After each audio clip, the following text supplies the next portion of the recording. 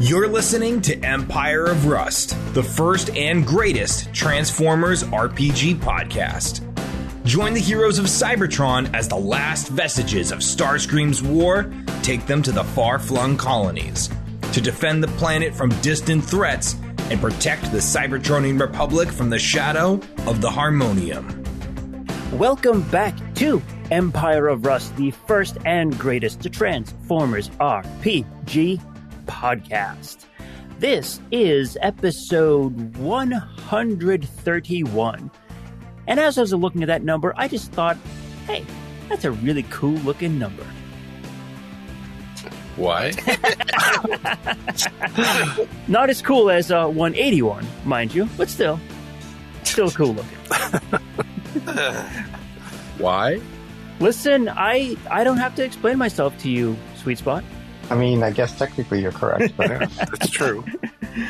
I don't know. I'm looking at it and I'm thinking like, hey, if it was like a full like 181, that'd be kind of cool, a nice symmetrical number.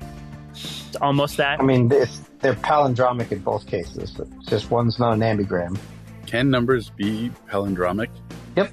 You know, you come into my house with my math major, Pat. Yeah, a lot of, like, and that's like, you know, they ask that kind of question a lot. It's like, you know, how many palindromes, you know, happen on a digital clock in a 24-hour period, and most people get it wrong. So, Answer: all of them. no, they're not. They're not. That's the whole point. Is there an answer? Yeah. Do you know it? I have to calculate really quick, but 6 times 9 is 54. 54 times 2 is 108. 108 plus 1, 2, 3, 6. So I say it would be 112. Wait a minute. Is that going just hours and minutes, or hours, minutes, and seconds? Not seconons. And And this is are- a 24-hour clock. And are you This is a including 24-hour clock. Are you including AM or PM?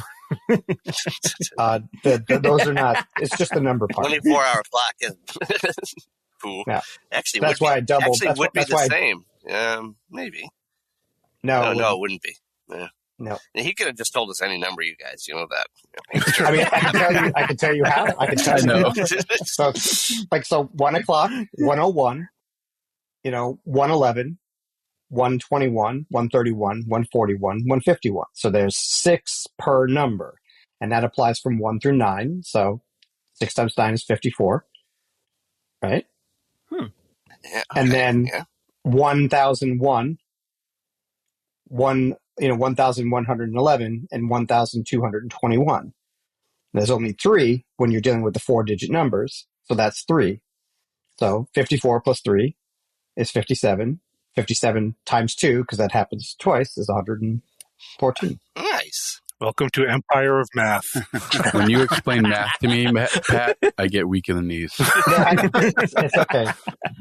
Like, I'm actually grateful that your beard is so big, because like the drool that just kind of came down otherwise would have been like in your lap. It's like you're I get exactly. I get wicks now. Your soup catcher. Your soup catcher. All right. Well, now that we have gotten through our Pat's numerical corner. You started it. I mean, you're the one who has like this like vague fascination but lack of understanding of numbers. Like, I'm just the one that's correcting you. Wow.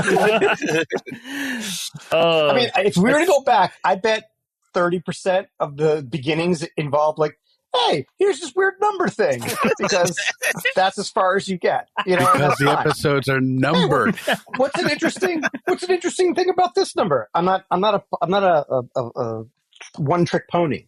It's like they have entire charts for this. Like, you can like, here's a special thing for every number between 1 and 10,000. I could send it to you. That'll be my last service for that. There are times I'm really glad that you're not like obsessed with bowling Bowling. for some unknown reason. Oh, right. So I went to an escape room for my birthday the other month, back in October. Oh. Talk about your 7/10 split. Right That in the reminded me middle. of Groundhog's Day. So did you mean to talk about the weather? Listen, sometimes I'm really good at my segue material. Other times I'm not. Today's an off day. But I wanted to mention it was the first time I had ever gone to an escape room, like an actual in-person one, not like an online thing. And yeah, it was super fun. We were locked in like 2 prison cells. Like the group of us were split up, locked into 2 prison cells, and we had to figure out how to get out. And there's a whole bunch of really little cool like tricks and things that we had to do in order to find like the combination for the door, get the like out of the actual cell block into like the warden's office, and then out of the actual space. It's like super fun. We had to take a sock with a metal bolt or like something like heavy inside it, hook a line to it, and then throw it into like a laundry basket. And if we did, it pulled forward and it revealed another clue that was like scraped into the wall behind it. Not quite as involved as, say, Sean Connery escaping from Alcatraz in The Rock, where he made the rope out of the strips of the bed and just pulled the whole lever and opened up the entire cell block. Yep. And we had to get out of the cell block. We had to get into the behind the walls part where all the mechanics and machinery of the prison would be, and then break into the warden's office, get out that way. It was a really super fun experience. Matt was there. I can't say that I've ever actually seen mechanical stuff happening behind the walls of a prison that wasn't in a cartoon. Yeah, and that's probably these are the gears that hold the wall up. Okay. That may be the most delusional story about being arrested I've ever heard. That's true. Matt, you were there. What did you think? What was your opinion? I thought it was a blast. Although it's it was a bit dizzying when we kept finding different puzzle pieces, because there were a lot of us, so we kept finding puzzle pieces in separate groups. So oh, how'd you find that? Okay, apparently we solved this bit. And it was very clever. Yeah, I mean, you definitely have to do some lateral thinking in some cases. Like when the empty spaces in the bookshelf spelled out a word. Yeah. I didn't pick up on that one. I think. Oh, that's cool. What's her name did? Anyway, someone else we did. Yeah, we had to pull out some books out of the wall, and there was a word spelled by the empty space. Oh, that's cool. Yeah. I did do it once before, and I may have mentioned it on the show again. I did Da Vinci's workshop last year with my mother, and it was just 2 of us, and that was not enough people. We might have had a lot of people this time, but 2 is not, especially that one had even more obtuse puzzles than the one we did in the prison cell. I think it was we had to line up, we had to find the planet names and line up the thing. And the only thing about it that it didn't like was the fact that it was so dark. How dark was it? Part of it was they were supposed to give you flashlights, but they didn't have any, so we had to hold our phones or something like that. Oh wow! I discovered that holding a light and trying to puzzle solve, it distracts me too much. For some reason, holding that light makes it harder for me to concentrate on that. So, but there was neat things like electric lights that had magnets on the bottom, so when you put them in the right place, they lit up, and so forth. So that was neat too. I'd do it again. I don't remember the solutions to half the puzzles. So either way, I think I'd want to do something, do a different one. And supposedly that was the toughest one that was there. Well, we escaped with 3 minutes to spare, and 6 of us there too. So yeah. Anyone else? Anyone has done anything like that? Escape room or physical activity thing? I have. I've done. I've gone to level 99 a couple times. Oh, nice. It's got those small challenge rooms. Yeah. Ann and I went there 3 weeks ago. Mm-hmm. Yeah. That's fun. My only problem with it is you have a limited amount of time, and when it gets really busy, you're waiting to go in rooms and you're wasting your time. So that can be tricky. The first time we went, there was nobody there practically. Yep. So we had we had the whole place to ourselves basically. You just go into any room and whatnot. It was fun because a lot of the challenges, you just go in and you figure out what you're supposed to do. Yeah. And you fail, and then you go back in and retry. And Yep. so not having to wait every single time you wanted to go back in was really nice. We could just go right back in, put what we learned to the test. So that it is fun. It's a fun place, but like I said, if it's too crowded, it's not that fun. It's fun. It's funny. Anna and I had a similar experience to you. The first time we went, it was snowing out. It was almost a blizzard. It was our second date, so we still went, and it was no one was there. It was almost completely empty. We got through a whole bunch of the challenge rooms, and it was really, really fun. And then the last time we went there, like 2-3 weeks ago, it was on a Friday. It was nice weather, so it was packed. Yeah. Luckily, we only waited, I think, maybe like if there was a line at a door, we didn't go into the room. Right. So we just moved on to something else. So, and it was expansive enough that there was plenty to not wait around for. Yeah. That's good. I did this thing called Bodeborg a couple of years ago, which was kind of Heard of it. It was like this warehouse that they had like 20 or 30 like little rooms that were all just like, they were all independent, but like the idea was like, oh, how many can you do? But like you were saying, Mike, they didn't tell you what the objective was. So you walked into the room and all of a sudden you're like, you failed. And then you're like, okay. And you have to open the door and then go back in. And after a while, you started thinking that way. And they were like ranked. Like, they had like ones that are like, oh, this is for little kids. And then here's the ones that are like, this takes a genius level of spatial comprehension. But then they had like the reason why my particular trip was interesting was that they had most of the people that I was with at the time were like circus performers and like actual like professional or semi-professional acrobats. So like we got to do all of like the physically exerting ones. Right.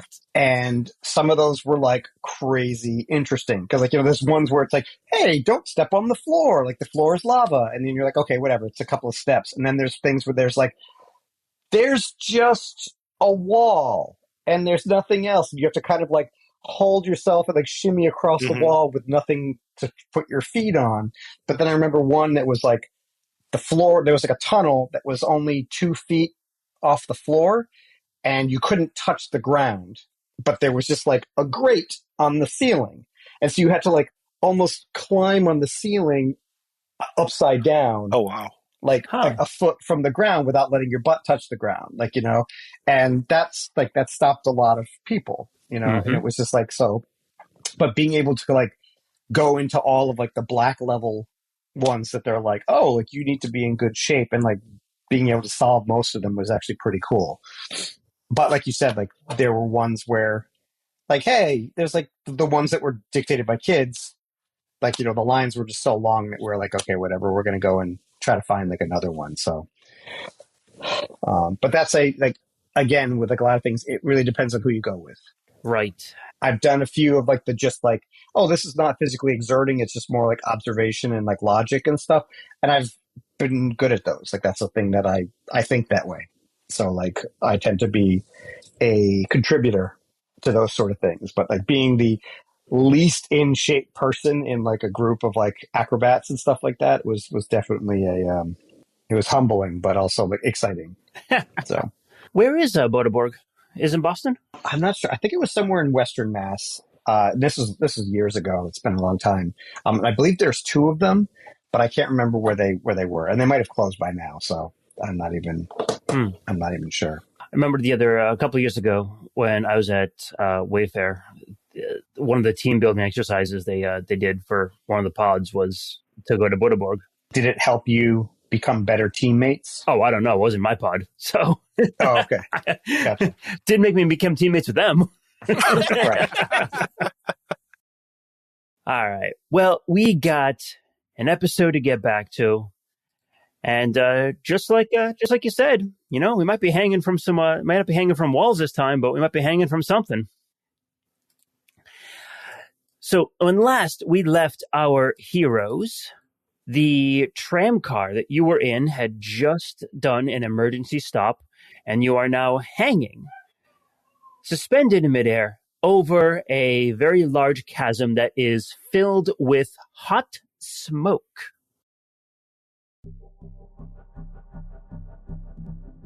You are in the tram. It has just gone into lockdown and has skidded to a halt. The entire track output there, like if you're looking Magnum, I think you were looking at the control panel, and the entire system is now showing red, that there is a complete stop of all traffic on the line. Did we fall? Were we falling? You were not falling, no. Just the train car locked down, sensed something wrong on the track in front of you, locked down, and then skidded to a halt. And we're like right over like a precipice to like the core of the planet that no one's ever seen, and we're dealing with an atypically high concentration of this rising smoke that no one actually understands. Is that kind of the gist? Sounds about right. I should have you do the recaps from that one. Talk yourself into that one. We have like a sergeant or like somebody in the military that's with us that's just like, yeah, this isn't good and shouldn't be happening, and I'm just like, yeah, welcome to every fucking day of our lives. You know? Yeah, it's General Libra's lieutenant. His name is Ironlift. Ironlift. He's a big beefy bot, and in fact, if you take a look at the little map over here I got for you, you'll see this little dude right there in the corner. See, it's funny, you say big beefy and then you use the term little, and it's... Well, everyone's little compared to you, Carapace. I mean, that's true. Except ego-wise. Right. Well, I don't have the biggest ego out of this group. Not even second biggest, let's be honest. Why y'all laughing at me? Well, what is the computer saying? Like, are we stable? Can we reverse? It's saying obstruction on track. Obstruction. And you would put two and two together. You think the obstruction is likely the other cars that are in front of it. You cannot see any other cars at the moment. Don't forget, the smoke is fairly dense. But it is the computer is showing you the location of the car in front of you, and it's like hundreds of meters in front. And that distance is important because you need a safety margin in case something actually needs to stop. So do we want to go head out and check out what's wrong with the track in front of us? Well, let me try to get into the electronics of this thing first, so maybe I can look at what the other cars are seeing. Can I interface with this thingamabobber and this computer on here to sort of try to get an idea of what the sensors on the other cars ahead see? You can try. Let's see. Computers, I assume? That is correct. 33. So yeah, and I'm going to repeat a little bit of what I had said last time too. The car here does not have a ton of information as to what's going on around it. It doesn't have like sensors or anything like that. The information that it receives is whatever info it needs in order to determine its clear path and speed. So right now it's determining that it got a signal from the cars ahead of it that it stopped, which may have gotten a signal from the one in front of it that it stopped, and further down the line as to whichever one was the first one that stopped. You don't know the exact number, like what kind of position you're in on this one or how many are on the track, but it simply means that track in front of you is blocked. You're not getting a ton more information from that. Not because you don't think that you couldn't get more. It's just that computer system wasn't designed for more than that. So I can't go upstream. Sorry, go ahead. I was going to say, Ironlift, this isn't like another one of your like weird bullshit tests to like make sure that we're not worthy or something like that. Listen, I already told you guys that I have no orders to test you any further. If someone else did, then I don't know anything about it. But okay. My job was to simply get you to the Capital District, and that's that. So when violence inevitably ensues, you're on board, like you're joining in, you're not just going to like walk off and go, I'm just going to watch. Where am I going to walk to, Carapace, huh? I mean, on the track? All right. Don't forget, it is like you are hanging from the track, so it's like. Oh, so we're suspended. Yeah. We're not on top of. Oh, correct. So that I missed that. Okay, so Magnum, while you were doing that, I'm sure that the rest of you were, taking a look around and trying to see if you could spot anything. So the rest of you can go ahead and give me a perception check. Ooh, that's a good way to start. 19. That is a 33. Spindrift get a 28. 28. That's pretty low for Spindrift for perception. I rolled a 7. And our erstwhile ambassador. Sweet Spot get a 27 total. You look all around the tram, trying to make out anything that you can see within this dense cloud of exhaust, and it is really hard to make it out. But you can see that far in front of you, something is moving in the smoke down below you. Something large. Oh. And as you watch, you can see these looks like either like protrusions or rope or something comes out from this big thing down there and makes contact with something on the track ahead of you. You can't see the car in front, the next car in front of you, but you would imagine that would be the position as to where it is. A second or two passes, and you can see a small flash of light and where that car should be. Could be. Okay. Can we see nothing? Do we hear anything too? You don't hear anything. Too far away. Okay. Plus, the tram is still enclosed. No, I doubt that's the everything is good light. Yeah, I was gonna say I'd like to get out personally. Sweet Spot, you wanna do some shuttling? Everybody's shuttling. Oh, sure. I got no problems with that. I'd say we get in Sweet Spot. Those of us who can't fly anyway. Wait till I transform, please. Yes, it's naturally. And go on and take a gander. Is this all right with you, sir, or is this going to violate your airspace in some way? Oh, of course it's going to violate airspace rules, but I think staying in the tram might not be the smartest idea. Oh, it's good, because we were going to do this anyway. Yeah. Are you able to contact whoever needs to be contacted to let them know?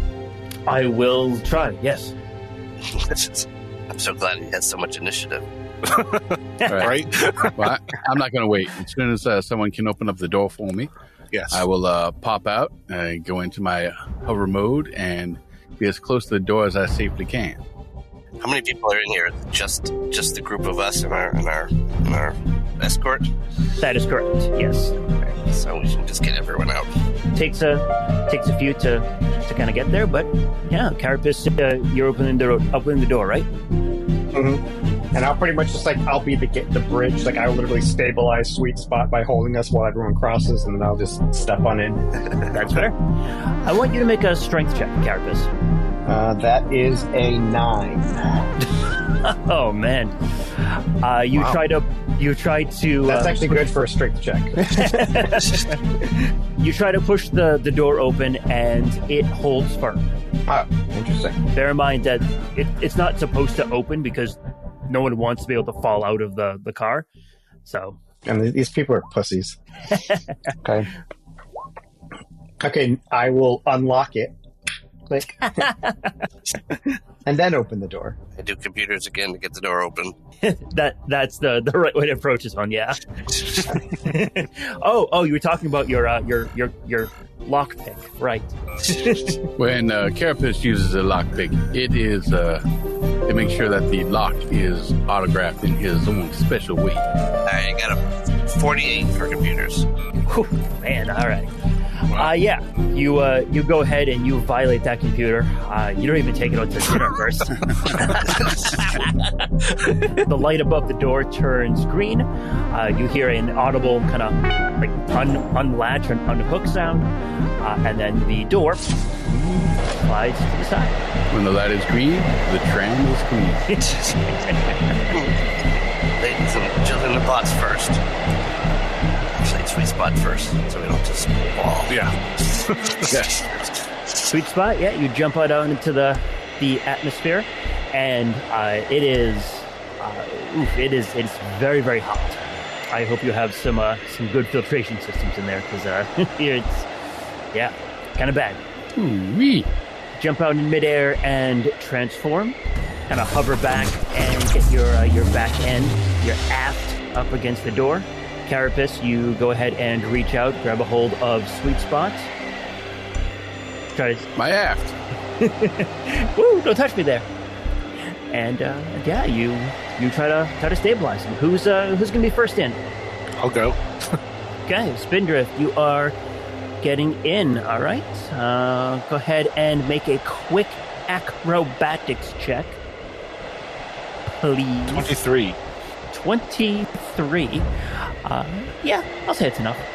No matter how bad Sweet Spot is jinking back and forth in the wind over here. Can I aid another people's acrobatics? Sure. I don't see why not. Yep. Don't forget, Carapace is lovingly, if not firmly, grasping me so that I will stay steady. So whoever is next gets a +6. Am I able to aid as well now that I'm inside? Nah, I think just the situation, like having Carapace aid because he's holding makes sense, but yeah. I'm going to say no on this one. Okay. I'll try to go across. At that moment... Oh, no, son of a bitch. Sweet Spot, I want you to make a quick perception check here. A quick perception? Just a quick one, yep. It's the only kind he knows how to make. Double on time. That there is a 14. Oof. Mm-hmm. I missed that faster than anyone. You don't notice this happening until it is too late. From underneath you, a thick tentacle comes up from the smoke, from the fire-filled smoke, and impacts your bottom. What in the damn hell?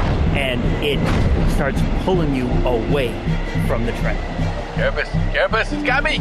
Carapace, I'm going to need you to make a reflex save. Smack him in half. Yeah. I have an 11. 11. That is not going to be enough.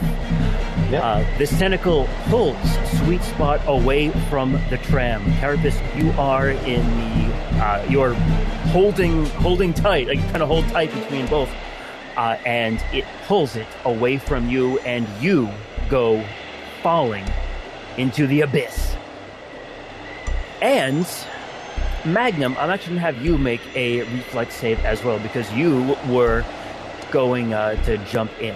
The only person who's not going to make a save on this one is Ironwood, because he's still in the tram. All right.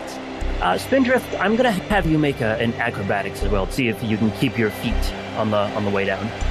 25. Perfect, no problem. 17. Yes, you do make that. I will allow you to stop yourself going in if you want, so you can kind of grab onto the door there and like, whoa. And let's go ahead and start initiative.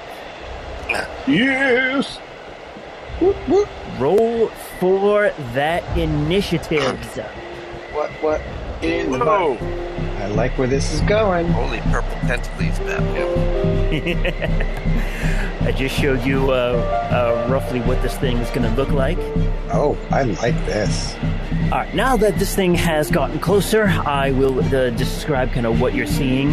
You're seeing the front end of this giant, enormous, colossal, even worm that has this. So the artwork shows this big tentacle thing kind of coming out from its mouth, but that is not the only one it has. It is going to have multiples of this, some that are in its mouth and others that are just attached to its body. You can see this. Are there eyes on its tongue? Yes, there is. That feels very unsanitary. Chewing must be a fucking nightmare. This is a mechanical creature. It is not a biological one. Okay. So what you're seeing here is, it's fairly accurate. It's this giant, enormous worm with a ton of tentacles and Yeah, you don't actually see the bottom of it. You only can see the part that's kind of getting close to the trend. The rest of it continues down into the depths. Let's see. So are the tentacles coming out of the mouth? Or are they like coming out of the side of the face? Or There's both. So there's going to be some out of the mouth and some out of the side. okay. Which one is attached to Sweet Spot? Right now, This one right here. Right now, it's one of the side ones. Okay. And exactly how many tentacles are there? You see, Too many. you see 8 at the moment. 8 Two tentacles. in the mouth and 6 on the side. Okay. Starting us off on initiative, Sweet Spot, you are being pulled down into the smoke. And you are actually a little hard to see right now for the rest of you. Spindrift, you are currently inside Sweet Spot. All right. Well, if I'm starting us off, I think I'm going to attempt to rescue myself. And here's how I'm going to attempt to do it. I'm going to jet straight down because it was pulling me down. Mm-hmm. So hopefully that will make it loosen its grip and allow me to fly free. Okay. And what would you like for that? Acrobatics, piloting? I would like... Let's start off with a little diplomacy? Yeah, let's start with diplomacy. That's a good idea there. I think I am going to start off with let's start off with a piloting check. And Spindrift, I need you to make me a reflex save.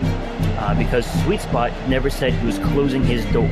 So you are going straight down, and I'm afraid you might be going... 19 reflex. All right. I got a 24 from my pilot. 24 on piloting. Okay. Yep. You head straight down and try to use that momentum to kind of break out of the tentacle that is holding you. You come down, make a very very sharp loop, and then try to go straight, kind of to the side, straight away from it. The tentacle pulls taut, almost like a bungee cord, kind of stretches a little bit, and pulls back. So that's no on free of myself. I did piloting versus its AC, and it was not enough to get past on that one. Spindrift, it's a rough ride. It's a very rough ride here, but you did get high enough that I will say you can hold on to Sweet Spot as he's flying around. Okay. So as he comes down, you kind of go 0G for a moment, like whoa, spinning around, but you got a whole bunch of limbs. You grab onto his walls, and then as he comes down and pulls forward, you almost go flying out, but you manage to grab onto the doorway in order to hold on tight. You better warn me next time, Sweet Spot. Oh yeah, watch out for that first step. It is a Jeep. I am going to say that is your full turn to do that, but if you do have any like free actions or swift actions or anything, something minor, you are welcome to. I think Fast Break is a scout ability. I can transform as a reaction to an incoming attack that would hit my AC. Basically, I'd like to use that instead of increasing my AC just to kind of close the door after Spindrift gets inside. So your door is closed, Spindrift. You are comfortably inside Sweet Spot. Comfortably. That won't last. Carapace, you are next. Sweet. I'm super excited. So first off, have I ever seen anything like this? Like, can I make like a knowledge, survival, or life science, or mysticism, or, You can do either life science or survival, and I think life science will get you more information if you... Okay. I'm going to do survival anyway. If you have seen something like this before in the past, I have some serious questions as to why you have not told this story. Dude, I've done so much shit that you wouldn't even believe. Right. So that is a 26. Yeah, we gotta get him to tell more stories. Yeah.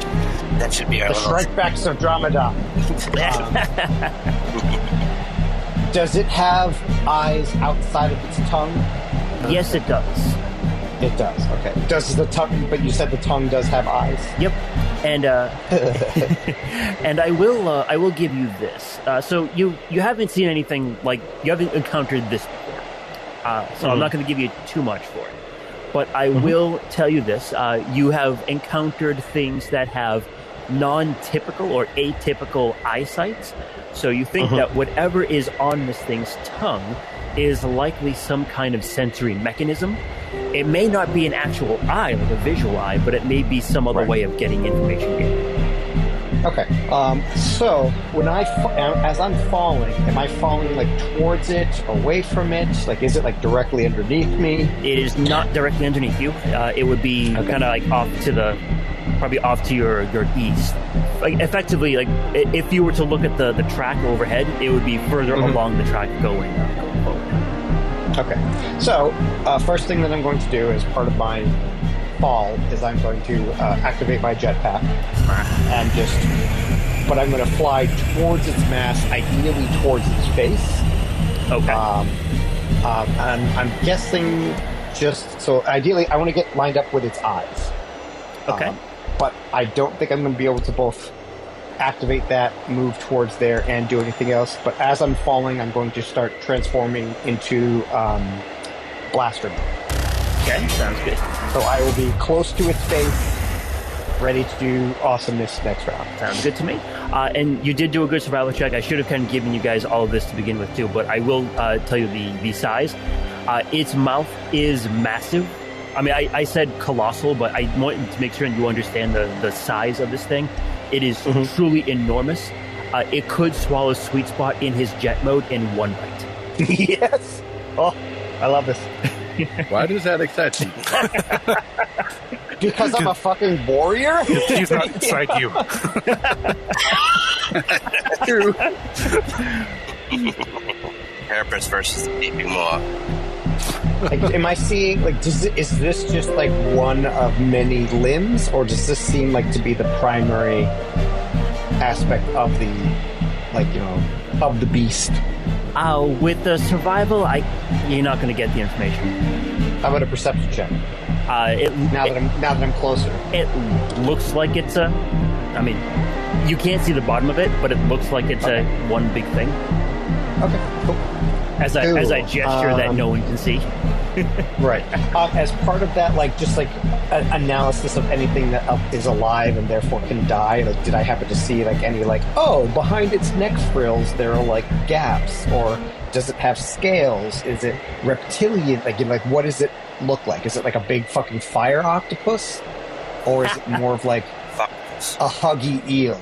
I will say that it has metallic scales on it, and as it moves, like, you can see them like shifting over each other and everything. You would imagine that something this size, though, like, that would be really thick armor, though. So okay. So now this beast's turn. Let's see here. So first off, you know what? Let's do a couple of things here. This guy's got some really cool things that he can do. First, let's go ahead and see if he is going to get another tentacle on someone else. Maybe Carapace, let's say. Oh, also, just because we are in battle, we have comms. I'm going to be like, hey, Magnum, ask Ironload if this is like a normal thing. Maybe he's just like, oh yeah, it's a gigantic space eel, you know. Mostly harmless. Yeah. Mostly. So first thing we're dealing with here is two tentacles coming at various targets here. I'm going to do the first tentacle on Carapace. Is a 35 going to grab you? If it's making two attacks, does it take the multi-attack penalty? I've already taken care of that. Okay, then a 35 hits me. Okay. All right, so one of the other tentacles is grabbed onto you, like kind of like piercing into the form of your leg, like the metal of your leg. And I will tell you that as it comes through, or as it's like coming like close to you, you can notice that it's got these little kind of barbs on it that are kind of going in various directions. So you think that those like spikes are the things that kind of like helps it adhere to its prey. Sure. So you have a tentacle on you, and I actually think you are going to get a little bit of damage on this as well. Okay. No, actually, you are not going to get damage. It is not damage with the tentacle. It only damages with other things. Okay. All right. Cool. So you are you have a tentacle on you. So enjoy them. Yep.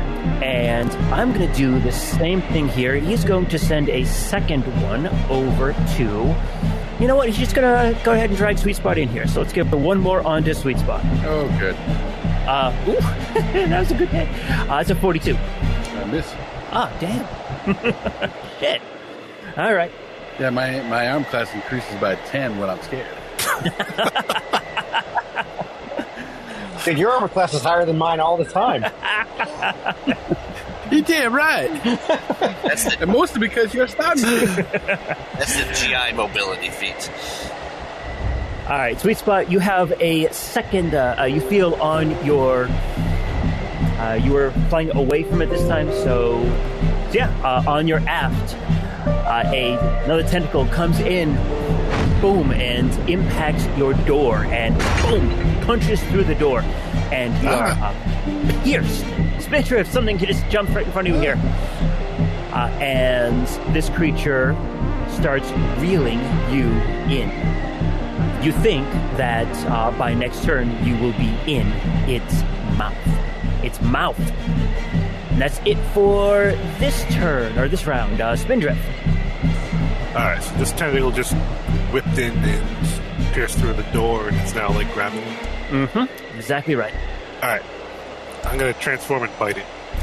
Nice. Okay. Alright, let's see if I can bite. 18. Will an 18 bite a tentacle? I'll say yes, because it is it's stuck in its door stuck in Sweet Spot's door at this point, so it's not moving anyway. Excellent. It will take 33 damage. Ooh. And Spindrift doesn't fucking fool around, does she? it needs to make it needs to make a fortitude save. Okay. I can do that. Fortitude save. Go! Flat 30. It will make it. Okay. Okay, so it will need to make another save next turn as well, but it saved that one. Okay. You trying to poison my my big worm over here? I am trying. Okay. That's fair. Still 33 damage is nothing to sneeze at for that. Yeah, that's pretty good. Yeah. Alright, anything else from Spindrift? No, that would be it. Iron Lift. It is,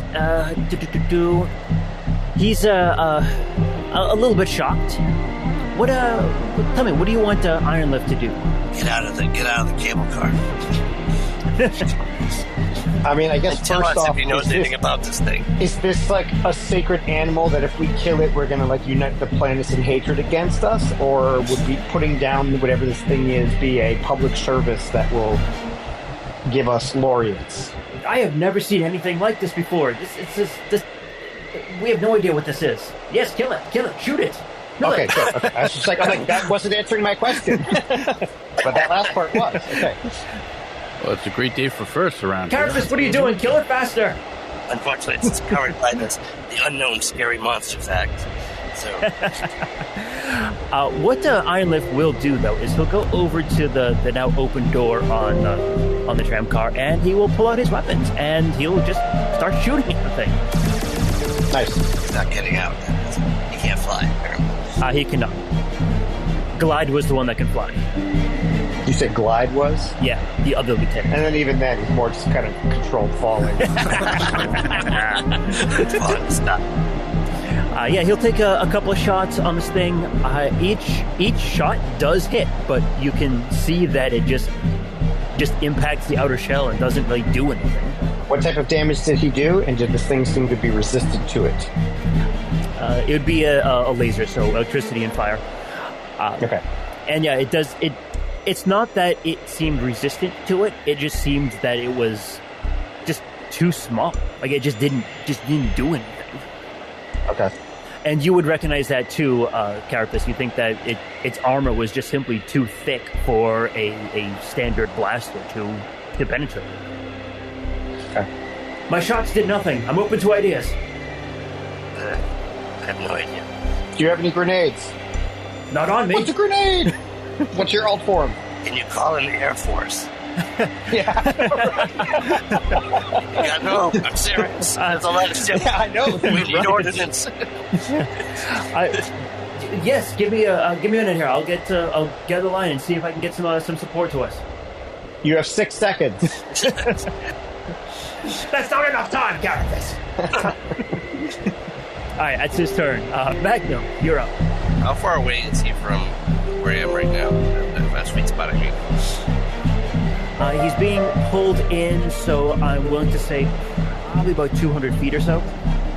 So it's the distances are rapidly becoming untenable. So this thing's tentacles are 200 feet long? Easily. Oh, cool. I am going to leap out of the cable car, and when I fall close to sweet spot, I'm going to use my launching weapon to give myself a fly speed for a brief space so I can land on top of him. Okay. And as of that motion, I'll also transform into my hat. And so Pythagoras will land on Sweet Spot's roof. As a move action, he will take a cable and tie himself to the roof. And as a standard action, he will use the device, a research module, identify weaknesses, vulnerabilities, resistances, and damage reduction of an opponent. No roll is necessary. Yeah, bitches. Okay. So, cowabunga! Something very familiar about all this. All right, let's start with some weaknesses. The body itself is not going to have any weaknesses, and the DR is going to be enough that it'll block most attacks. The only vulnerable point are going to be the sensory nodes along its tongue, or along its tentacles there. And you imagine that the eyes would also be a good vulnerable spot too. It communicates by shaping and reading electromagnetic fields, so it doesn't see in the same way that you or I would. It sees the electromagnetic spectrum through the sensory nodes on its tongue. If you were to blind them, and you could do so with an electrical weapon targeted directly on the eyes, you could potentially blind the thing. And you would also know that it's probably more vulnerable on the inside, too, than the outside. I think we're about to find that out. Hi, Sweet Spot. Don't mind me. If you're going down, I'm going with you. Well, isn't that just a confident thought? Not like you had a choice. You tied yourself to me. Hey, I know what my reflex save is. And I know what mine is, so I think you're in good hands. It looks like each tentacle has about 8 sensors, or 8 of those eye nodes on it. So.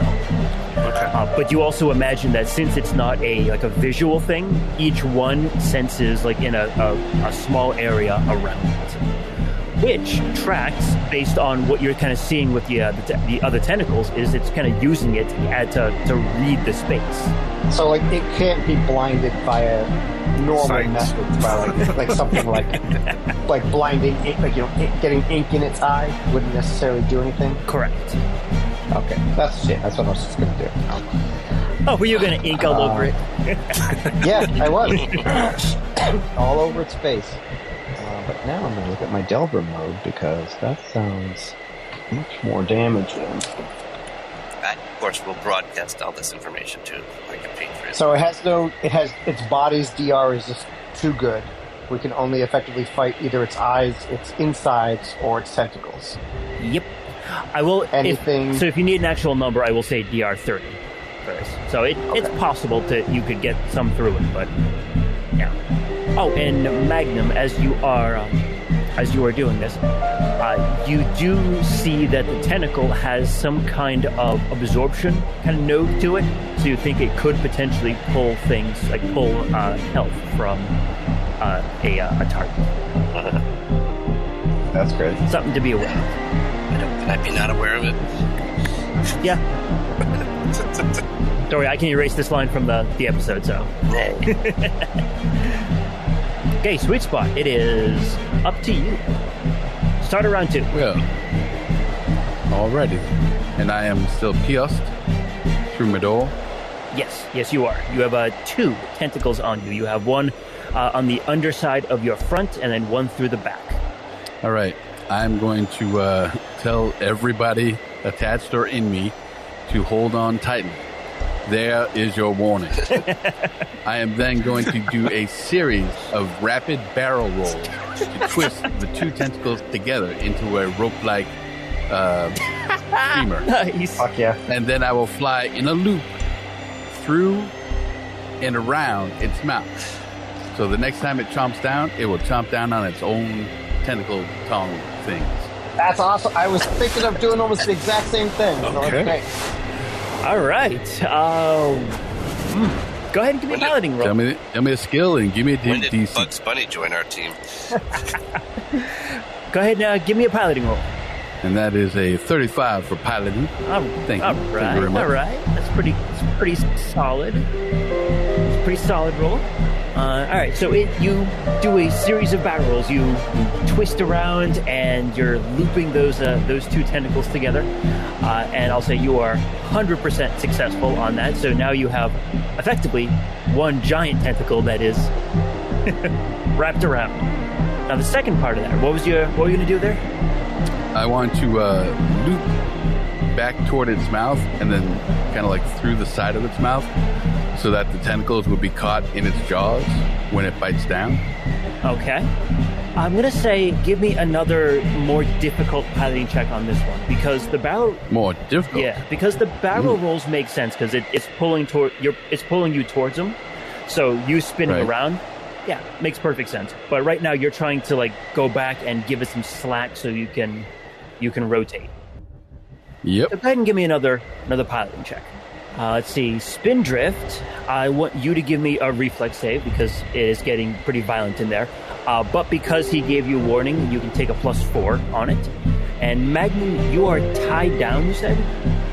Yeah, I'm tied on a bit of a lead, so I'm going to probably swing around like a pendulum when he does the spins. So. I want you to give me a reflex save as well. So 22 for Spindrift. 22. It gets pretty rough in there, but you are able to hold on to the wall, put all your legs out, and like just press up against the sweet spot's walls. Grab on. 17 for Pythagoras. 17. I'm going to say that. Just so you're aware that, just so I've said it, is the hat has chin straps. Unnecessary. Nice. It is now. That's fair. 17. Yeah, you know what? I'm okay with that. Right. It was pushing it, but because you were warned, I'm like, okay. Piloting. You end all piloting. All the way down. That is that another 35? It is. Go at him. I thought I just didn't scroll down far enough. Yep, 35 for that piloting check right there. All right, and unfortunately, that one is not going to make it because you are.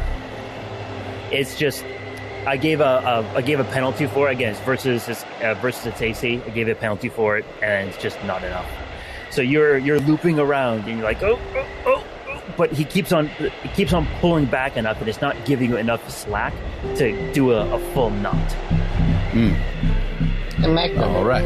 What do you think a disaggregator gun would do to something like this? Say what now? Yeah, I think it's worth a try. What are you trying? I have a couple ideas. That brings us to Carapace. So you said it has its mouth. So even though he didn't wrap the tentacles up into its mouth, its tentacles are still outside of its mouth, though, right? That is correct. Okay.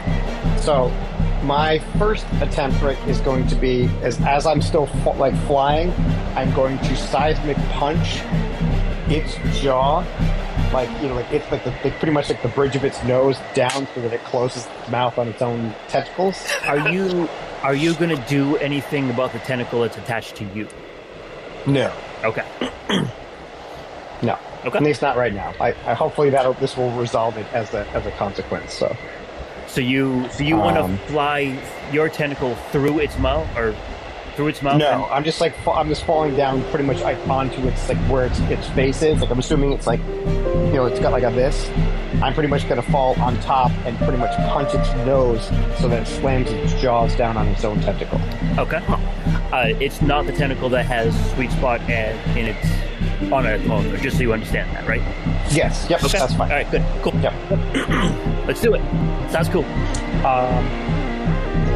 There's that little bit of the inside of its mouth that's sticking out. Yes. Okay, that's awesome. I rolled a 19 on the die. So do I have a bonus for the fall at all? Yeah, it makes sense. I'll cool. I'm not going to give you the bonus for the to hit because you still have to try and like precisely do it, but I will give you whatever bonus to the damage and then the push effect if you're able to do it. Okay. Then that is a 35. Okay, that does hit. All right. Okay, sexy. Okay, well that's sexy. It's max damage, so that's pretty cool. So that is a 39, and I'm going to move that jaw 20 feet. That jaw. Now, I'm going to give you a bonus. Do you want the bonus to the damage or to the push of your seismic punch? Yes. The push of the seismic punch. Push of the punch. All right. Makes perfect sense. All right. So you come down really hard onto the top of that thing's head, and bam! One of the heaviest seismic punches you've ever done. You notice that you managed to crack one of the scales on it. A little bit of damage goes through. Okay. But the thing's jaw closes, boom, almost all the way down onto the tentacle that is sticking out of its mouth. Good. And you can, the moment it happens, you can feel it like recoil back, its tongue is all over the place. Carapace got your tongue, you big slimy bastard. Okay, that's a good start. Now that I'm on it, I'm going to continue shooting at it because you know what? I'm fucking right here. Why as well? Why not? Why the fuck not? Why the hell not? Okay, so these are all at. So I'm going to assume that a 26 does not hit. It does not. EAC? Correct. Okay. Does a 30 hit? I should say it hits because it's massive, but it does not. Yes. It's just. Bink. Okay. Does a 30 hit? 30 also does not. Okay. And what about a 36? That will do it. Okay. Awesome. So this is going to be some cold shit. Is cold. That is 10, 32, and have it make a fortitude save. Which I know will make it, but it could roll a 1. Very likely. 38 on that fort save. That is not a 1. Okay, that's me. All right, so a little bit of damage in there, a good amount of damage with the mouth closing on its own tentacle. Nice. It is the creature's turn. It is going to pull at you, sweet spot, and it is repositioning you very, very close to its mouth. You are almost all the way in. I need you to make an important reflex save, man. Is its mouth able to open right now? It is able to open, yes. Okay. All right, reflex of 34. 34, all right. Please note, I have evasion. Yep. So it brings you very, very close. You are just outside its mouth, almost inside. It chomps down, and you jink to the side, and it's like, ow. It's like, damn. It just missed you. Very, very close. But but you are right next to its mouth. So you have to watch out for that. Yep. Magnum. Yes. I never really figured you for the chewy center or something. I always thought you were more like the crunchy exterior. Yeah. I guess we're gonna find out. Hopefully not. Let's see. And he is going to do, since he already has 2 tentacles already on you guys, he can only do 1 more. He's going to try and do a second tentacle on you, Carapace. That is a 42 to hit. Well, I gave you my information before. That's true. So that is going to be a hit. So you are snagged by 2. So that second tentacle shoots out and grabs onto your other leg, Carapace, and starts dragging you towards its maw. And we'll see you next time. Oh, you son of a bitch. Its mother is Hey, now. it doesn't know its doom is on its way. From the secret files of Teletran 1, Empire of Rust is written and GM'd by Michael Ordway. Detective Magnum and his partner Pythagoras are played by Matthew G. Ambassador Sweetspot, Councilman of Velocitron, is played by Adam H.U. The Decepticon Target Master, Wildstrike, and his partner Nico are played by Mike M. And Carapace, the Beast Warrior of Primitive Eucharis, is played by Patrick Finn. Additional characters are played by Michael Ordway, Brandon Ouellette, and Charlotte Chapman. Outro narration by Derek Bixby. Empire of Rust is supported by the humans and networks of planet Earth, whose online networks provide access to libraries of sound effects and music such as Storyblocks, Zasplat, Blue Zone, Pixabay, Paper Yellow Music, and Dark Fantasy Studios. We are distributed by the Transmissions Podcast Network. Stay up to date with all the latest news and reviews in the world of the Transformers by going to transmissionspodcast.com or searching the Transmissions wherever you get podcasts. You can communicate with the heroes of Cybertron by joining us on the Transmissions Discord channel. There you can discuss episodes, talk to the cast, and download the rule set used in Empire of Rust.